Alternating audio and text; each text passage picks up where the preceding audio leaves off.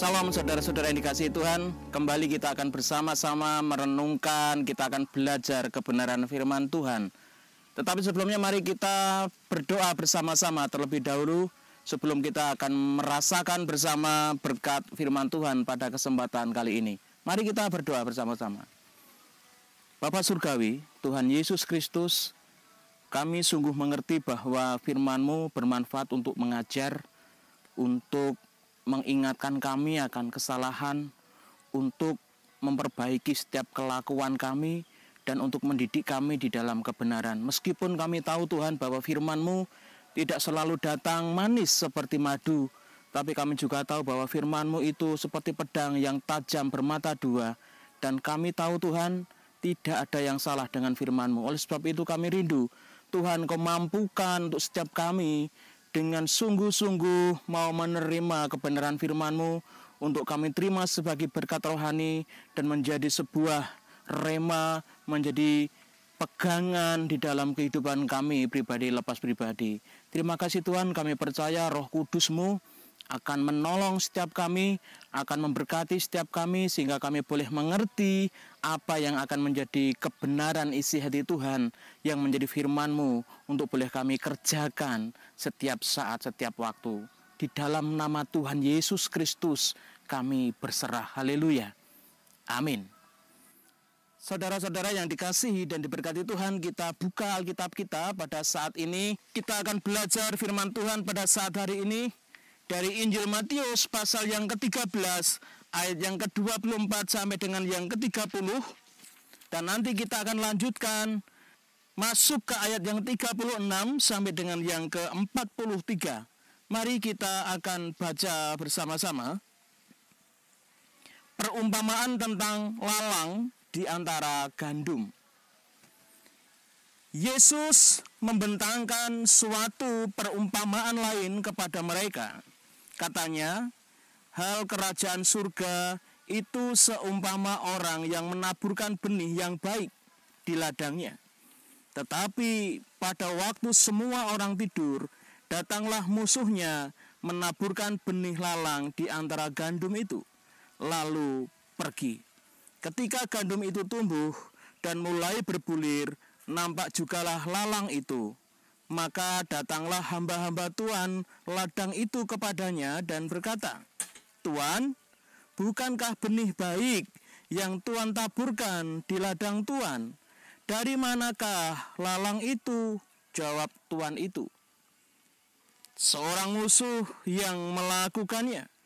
Lalu berkatalah hamba-hamba itu kepadanya, jadi maukah Tuan supaya kami pergi mencabut lalang itu? Tetapi ia berkata, jangan, sebab mungkin gandum itu ikut tercabut pada waktu kamu mencabut lalang itu. Biarkanlah keduanya tumbuh bersama sampai waktu menuai. Pada waktu itu aku akan berkata kepada para penuai, kumpulkanlah dahulu lalang itu dan ikatlah berberkas-berkas untuk dibakar. Kemudian kumpulkanlah gandum itu ke dalam lumbungku. Kita lanjut ayat yang ke-36. Maka Yesus pun meninggalkan orang banyak itu lalu pulang. Murid-muridnya datang dan berkata kepadanya, jelaskanlah kepada kami perumpamaan tentang lalang di ladang itu. Ia menjawab, katanya, orang yang menaburkan benih baik ialah anak manusia. Ladang ialah dunia. Benih yang baik itu anak-anak kerajaan, dan lalang anak-anak si jahat. Musuh yang menaburkan benih lalang ialah iblis. Waktu menuai ialah akhir zaman, dan para penuai itu malaikat.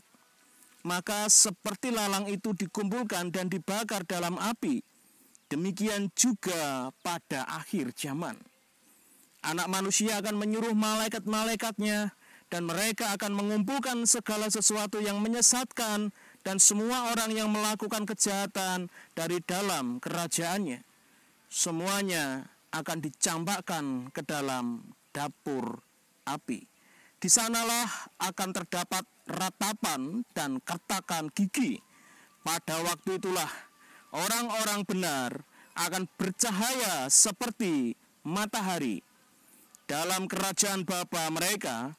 Siapa bertelinga, hendaklah ia mendengar. Amin. Demikian jauh Bapak Ibu dan saudara-saudaraku yang dikasihi Tuhan, firman Tuhan yang akan kita renungkan bersama pada kesempatan pada hari ini. Saya memberikan tema untuk renungan kita saat ini adalah ilalang dalam kehidupan kita. Ketika saya dan saudara mengikut Tuhan, ini harganya tidak murah, saudara. Harganya sangat mahal ketika kita tetap setia sampai hari ini kita mengikut Tuhan. Saya percaya bahwa ada banyak harga yang kita bayar demi kesetiaan kita mengikut Tuhan. Tetapi yang perlu kita tahu bahwa ketika kita setia kepada Tuhan, ketika kita mau membayar harga, seberapapun harga itu untuk tetap setia di dalam Tuhan, ada pengharapan yang luar biasa yang sudah menanti kesetiaan kita, yaitu tentang kerajaan surga. Amin. Siapa yang setia sampai akhir kita menutup usia di dalam Tuhan, kita semua sudah akan bersama-sama masuk dalam perjamuan agung anak domba Allah dalam kerajaan surga. Jadi apa kerajaan surga itu? Sesuatu yang tidak mudah untuk kita mengerti. Kalau kita mau bahas tentang kerajaan Singosari, mungkin ini lebih mudah. Kenapa? Karena ada banyak saksi, dan kalau kita mau napak tilas tentang kerajaan Singosari, mungkin walaupun sulit, tetap bisa terlacak dengan baik. Tapi kalau tentang kerajaan surga, Bapak Ibu dan Saudara yang dikasihi Tuhan, hanya satu pribadi yang pernah naik ke dalam kerajaan surga, yaitu siapa? Tuhan kita, Yesus Kristus. Selain itu, Alkitab kita mencatat tidak ada satupun orang yang sampai kepada kerajaan surga. Jadi ini juga menjadi pembelajaran bagi kita semua. Kalau ada orang yang ngaku-ngaku sudah sampai ke surga, ya monggo jenengan mau percaya atau tidak, itu hak panjenengan. Tetapi Alkitab kita mencatat bahwa yang sudah sampai kepada kerajaan surga hanya satu pribadi, yaitu Tuhan Yesus Kristus, Sang Isa Al-Masih. Jadi saat ini Tuhan Yesus Kristus itulah yang paham tentang kerajaan surga, itulah yang akan memberikan pembelajaran tentang kerajaan surga. Sehingga sesuatu yang sulit ini akan kita boleh mengerti dengan mudah. Dan apa yang Tuhan pakai untuk menjelaskan tentang kerajaan surga ini? Yaitu tentang perumpamaan. Jadi saudara-saudaraku, perumpamaan atau di dalam khotbah itu istilahnya seperti ilustrasi.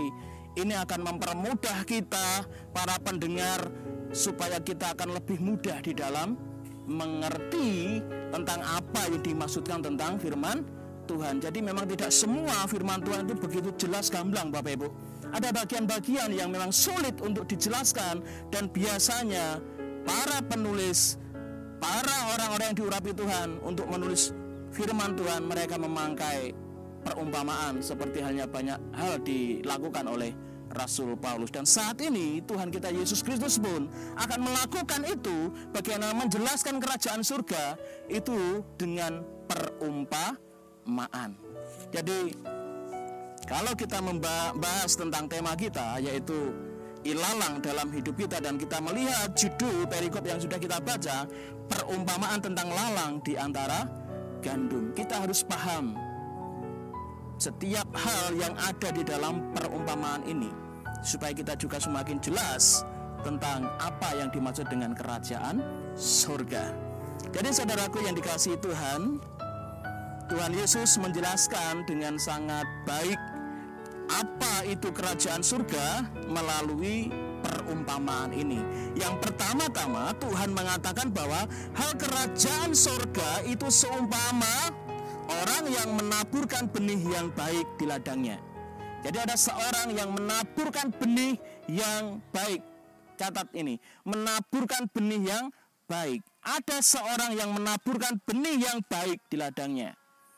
Jadi ada seorang, garis bawahi, ada benih yang baik, garis bawahi, dan ada ladang di sana. Ada 3 bagian yang perlu kita lebih paham lebih dulu, yaitu ada seorang. Siapa seorang yang menabur ini? Tidak lain tidak bukan adalah anak manusia, yaitu Tuhan Yesus Kristus sendiri. Dan sedangkan benih yang baik itu siapa? Benih yang baik itu adalah saya dan saudara, orang yang menerima Yesus Kristus sebagai Allah dan Juru Selamat dalam hidupnya. Kita adalah anak-anak kerajaan itu. Benih adalah anak-anak kerajaan, dan itu adalah saya dan saudara yang termasuk di dalamnya.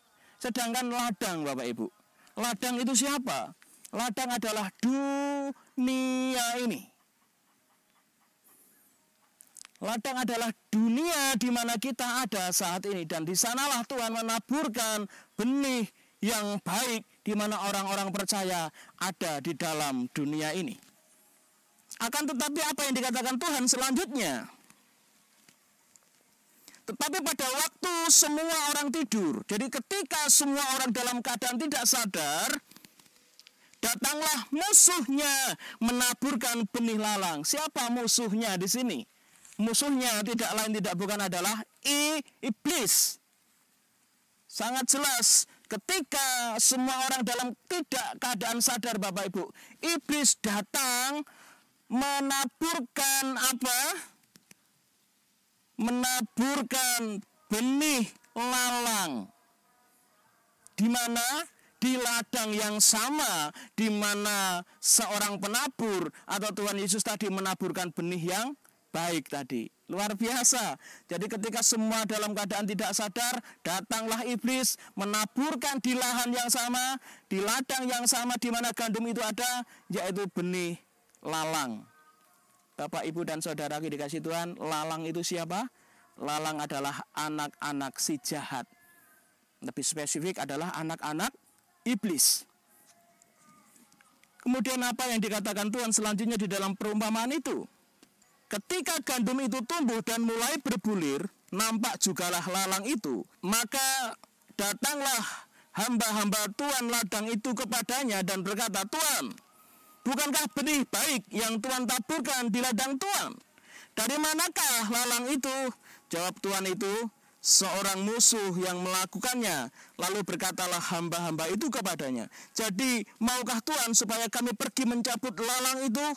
Tetapi ia berkata, jangan, sebab mungkin gandum itu ikut terjabut pada waktu kamu mencabut lalang itu. Biarkanlah keduanya tumbuh bersama sampai waktu menuai. Pada waktu itu aku akan berkata kepada para penuai, kumpulkanlah dahulu lalang itu dan ikatlah berkas-berkas untuk dibakar. Kemudian kumpulkanlah gandum itu ke dalam lumbungku. Ada hamba. Siapa hamba Tuhan ini? Hamba adalah para pemberita firman Tuhan. Dan kemudian ada penuai. Siapa penuai? Penuai adalah para malaikat yang akan siap menuai pada saatnya nanti. Kapan itu? Pada akhir zaman. Jadi ada waktunya gandum dan juga lalang akan tiba waktunya untuk dicabut. Di mana waktu itu adalah akhir zaman. Jadi saudaraku yang dikasihi Tuhan, jika kita mau belajar lebih lanjut lagi tentang perikop yang dimana kita akan belajar tentang kerajaan surga pada saat ini, kita pada akhirnya akan mengerti bahwa kerajaan surga digambarkan Tuhan dengan sedemikian rupa. Tidak bisa dipungkiri, inilah faktanya. Tuhan yang memberikan gambaran ini, bahwa ketika kita ada di dunia ini, kita hidup berdampingan dengan lalang. Saudaraku yang dikasihi Tuhan, mau tidak mau, kita harus terima kenyataan ini. Tuhan yang melarang mencabut lalang-lalang itu dari antara gandum. Mengapa? Ada alasan tersendiri, saudaraku. Dan inilah, di Indonesia, lalang berbentuk seperti ini. Bapak, Ibu, dan saudaraku yang dikasihi Tuhan, lalang kalau di tempat kita di Indonesia saat ini, salah satu tumbuhan yang termasuk di kategori gulma. Jadi lalang ini, Bapak Ibu, hanya menghambat laju pertumbuhan tumbuhan yang baik. Di mana ada lalang, disitulah tumbuhan itu tidak akan bertumbuh dengan baik. Jadi ini lalang di Indonesia. Modelnya seperti ini. Akarnya, wah, ini biasanya banyak, tetapi ini tidak ada akarnya karena saya cabut tadi, ternyata ketinggalan di batu-batu itu mungkin. Bapak Ibu dan saudara yang dikasihi Tuhan, lalang hanya akan memberikan pengaruh buruk kepada tumbuhan gandum kalau kita bicara tentang konteks Alkitab. Jadi tidak ada dampak baik sama sekali dari lalang ini untuk tumbuhan gandum konteks Alkitab. Jadi dapat saya simpulkan bahwa kerajaan surga bukan sesuatu yang gampangan. Bapak, Ibu, dan saudara yang dikasihi Tuhan, jadi bagaimana kita dapat mensikapi ketika Tuhan berkata bahwa memang tidak boleh dicabut ilalang itu. Tidak boleh dicabut, karena apa? Bahaya. Ketika ilalang bercampur dengan gandum, Bapak Ibu, akar-akarnya sudah saling melilit satu dengan yang lain. Kalau ilalang dicabut, bisa jadi gandum juga tercabut. Dan ilalang yang dimaksud Alkitab ini tidak seperti ini modelnya. Ada jenis lalang lain. Lalang yang dimaksud di sini, lalang yang benar-benar menyerupai dengan gandum. Jadi sulit membedakan mana yang lalang, mana yang gandum. Jadi kalau ketika hamba-hamba itu bersikeras ingin mencabut di lalang-lalang itu, bisa kemungkinan besar terjadi mereka salah cabut. Yang dicabut justru malah gandum. Jadi Bapak, Ibu, dan saudaraku, oleh sebab itu Tuhan melarang para hamba-hambanya untuk mencabut lalang-lalang itu dari antara gandum. Dan ini fakta. Kita harus paham bahwa kerajaan surga bukan hal yang mudah, Bapak Ibu. Digambarkan dengan seperti itu kerasnya. Kita harus mempertahankan kerajaan surga itu. Bagaimana kita harus benar-benar siap menerima kenyataan bahwa ada lalang di antara kita. Bapak, Ibu, dan saudara yang dikasihi Tuhan. Jadi yang pertama mari kita perhatikan di ayat yang ke-29. Tetapi ia berkata, jangan, sebab mungkin gandum itu ikut tercabut pada waktu kamu mencabut lalang itu. Dan ini memang sebuah fakta, dan saya sebagai hamba Tuhan hanya bisa bilang bahwa kita sebagai anak-anak Tuhan yang sudah mendapat jaminan kerajaan Allah itu, kerajaan surga itu, mau tidak mau kita harus mensikapi dengan siap sedia. Amin. Tuhan sudah mengizinkan hal itu terjadi, bahwa lalang ada di antara hidup saya dan saudara. Mau tidak mau kita harus siap sedia menerima keadaan ini, Bapak Ibu. Jadi bahwa ilalang hanya menghambat pertumbuhan gandum. Ilalang hanya menyesatkan gandum, dalam arti memberikan pengaruh yang buruk kepada gandum. Jadi Bapak Ibu yang dikasihi Tuhan, kalau kita mau lihat kehidupan kita, siapakah yang menghambat pertumbuhan iman rohani kita? Apakah orang yang jauh? Apakah orang yang tidak kita kenal? Kadang yang menghambat pertumbuhan iman kita adalah orang-orang yang dekat dengan kita. Adalah orang-orang yang kita kenal. Jadi kalau Tuhan berkata bahwa ada lalang di antara gandum, tidak mustahil bahwa lalang itu sangat dekat dengan saya dan saudara. Saudaraku, mari perhatikan. Ketika 12 murid dipilih oleh Tuhan, satu di antara mereka adalah anak-anak si jahat, yaitu Yudas Iskariot. Dia adalah ibaratnya lalang yang memberikan hambatan-hambatan untuk pekerjaan Tuhan, yang memberikan hambatan-hambatan untuk pertumbuhan iman saudara-saudaranya, yang memberikan pengaruh-pengaruh yang tidak baik di dalam ke-11 murid yang lain. Saudaraku, kalau kita mau lihat dalam kehidupan kita, mungkin ada banyak yang Tuhan izinkan lalang-lalang itu terjadi dalam kehidupan kita, sehingga pertumbuhan iman kita pun tidak menjadi baik. Iman kita menjadi kunteten, tidak bertumbuh. Bapak Ibu, ilalang-ilalang memang sengaja tidak diizinkan Tuhan untuk dicabut. Kenapa? Ilalang-ilalang ini akan menjadi pemurnian iman saya dan saudara. Saudara, ilalang itu tidak menyenangkan. Ilalang itu sangat tidak menyenangkan. Dia menghambat, dia mempengaruhi hal yang buruk, dan Ini seringkali terjadi dalam hidup saya dan saudara, di dalam kekristenan kita, di dalam kita ikut Tuhan. Jadi, kalau kita mau jujur, bukankah kita juga sering melihat ada orang-orang Kristen katanya, tetapi memberikan pengaruh-pengaruh yang buruk, memberikan hambatan-hambatan untuk pertumbuhan iman oleh saudara-saudaranya yang lain. Jadi kalau lalang anak iblis ini bisa menyamar menjadi salah satu ke-12 rasul, jangan-jangan lalang ini pun bisa menyamar menjadi seorang pendeta. Lalang pun bisa menyamar menjadi seorang majelis. Lalang pun bisa menyamar menjadi seorang guru sekolah minggu.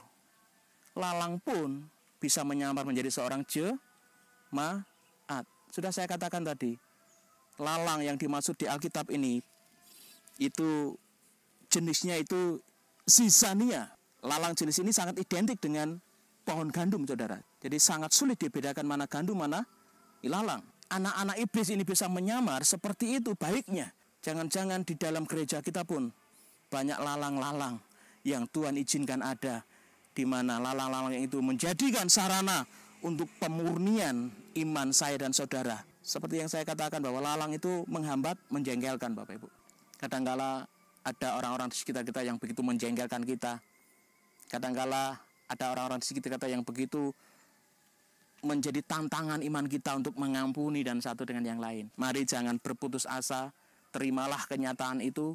Tuhan sengaja izinkan itu supaya terus memurnikan iman kita untuk terus bertumbuh di dalam Tuhan, supaya kita apa? Menjadi pribadi-pribadi, anak-anak kerajaan yang berkualitas. Dan hanya anak-anak kerajaan yang berkualitaslah yang layak masuk ke dalam kerajaan surga. Kedua, saudara, bagaimana kita bisa mensikapi lalang yang ada di antara kita. Kita mau perhatikan ayat yang ke-41. Anak manusia akan menyuruh malaikat-malaikatnya, dan mereka akan mengumpulkan segala sesuatu yang menyesatkan dan semua orang yang melakukan kejahatan dari dalam kerajaannya. Saudaraku, ada waktunya nanti bahwa Tuhan menyatakan kuasanya, akan menyuruh malaikat-malaikatnya untuk mengumpulkan para lalang-lalang yang membuat kejahatan ini, supaya dikumpulkan oleh para malaikat. Bagaimana kita mensikapi lalang-lalang ini? Kalau kita lihat ayat 41 ini, mari kita saat ini sebagai anak-anak kerajaan, sebagai anak-anak Tuhan yang sudah mendapatkan jaminan kerajaan surga itu, kita hanya perlu untuk menguasai diri. Kita perlu untuk sabar, kita perlu untuk tenang, saudaraku. Saya tahu lalang-lalang itu sangat menjengkelkan hati kita. Lalang-lalang itu sangat menghambat pertumbuhan iman kita. Kadang kita diuji untuk mengampuni orang-orang ini. Kadang kita diuji untuk terus mengampuni dan mau mengampuni meskipun dunia mengatakan bahwa mengampuni itu terbatas. Tapi kita sebagai anak-anak Tuhan tidak ada batas di dalam kita mengampuni.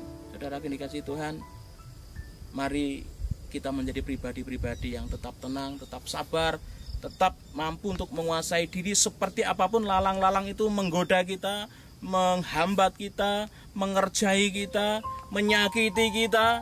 Mari tetap sabar, tenang, dan kuasailah dirimu. Karena apa? Karena ada waktunya nanti Tuhan akan turun tangan, menyuruh malaikatnya untuk menangkap lalang-lalang itu dan mengumpulkannya menjadi satu. Lalang-lalang itu akan diapakan? Kita perhatikan di ayat yang ke-42 dan 43. Bapak, Ibu, dan saudara dikasihi Tuhan, yang ketiga, bagaimana kita dapat mensikapi lalang-lalang ini dalam kehidupan kita. Yang terakhir dapat saya sampaikan bahwa jangan menyerah. Teruslah berjuang sekuat tenaga kita. Meskipun akar-akar lalang itu melilit kita, menghambat kita dengan sedemikian rupa, saudaraku. Tuhan tahu akhir dari cerita lalang dan gandum ini. Yang unggul pasti gandum. Tuhan memang izinkan kita dililit, dihimpit, bahkan dipengaruhi yang buruk oleh lalang-lalang itu. Tetapi kalau kita terus berjuang, tetap setia kepada Tuhan, Tuhan tidak akan membiarkan kita sampai tergeletak. Tuhan akan menolong saya dan saudara. Jadi mari kita perhatikan ayat 42 dan 43. Semuanya akan dicampakkan ke dalam dapur api. Siapa yang dicampakkan ke dalam dapur api? Lalang-lalang yang sudah dikumpulkan oleh malaikat-malaikat tadi, saudaraku. Dan di dalam dapur api inilah terdapat apa? Ratapan dan kertakan gigi yang tidak ada akhirnya. Di mana itu? Neraka. Sedangkan gandum, meskipun ada banyak hambatan, meskipun ada banyak pengaruh buruk, tetapi dia tetap setia kepada Tuhan. Dia akan dimasukkan ke dalam lumbung Allah, yaitu kerajaan surga. Amin. Jadi oleh sebab itu mari kita terus pegang janji Tuhan ini. Ayat 42-43 adalah janji kemenangan saya dan saudara yang daripada Allah. Kita pegang janji Tuhan ini sebagai kekuatan kita untuk melawan lalang-lalang itu. Meskipun mereka terus bekerja dengan giat untuk mempengaruhi kita untuk meninggalkan Tuhan. Meskipun giat terus mempengaruhi hal yang buruk supaya kita meninggalkan Tuhan. Tapi mari pegang terus janji Tuhan ini supaya kita juga nantinya masuk ke dalam lumbung Allah, yaitu kerajaan surga. Bapak, Ibu, dan saudara yang dikasihi Tuhan, ada 3 hal yang dapat saya sampaikan untuk mensikapi lalang-lalang di dalam kehidupan saya dan saudara. Yang pertama adalah mari kita tetap siap sedia menghadapi lalang-lalang itu, karena memang Tuhan izinkan lalang itu berdampingan hidup dengan saya dan saudara. Yang kedua, mari kita tetap menguasai diri, tetap sabar, kita tetap kuat, tenang untuk menghadapi lalang-lalang ini. Karena apa? Ada waktunya Tuhan akan menangkap mereka. Dan selanjutnya yang terakhir, bagaimana kita mensikapi lalang-lalang ini? Mari kita tetap kuat, jangan menyerah. Kita terus berjuang untuk menjadi anak-anak Tuhan, anak-anak kerajaan yang setia kepada Tuhan. Kenapa? Karena ada waktunya lalang-lalang itu akan diikat dan dimasukkan ke dalam dapur api. Dan anak-anak kerajaan, saya dan saudara, akan dimasukkan ke dalam lumbung Allah, yaitu kerajaan surga. Tuhan Yesus memberkati kita semuanya. Jadilah setia. Amin.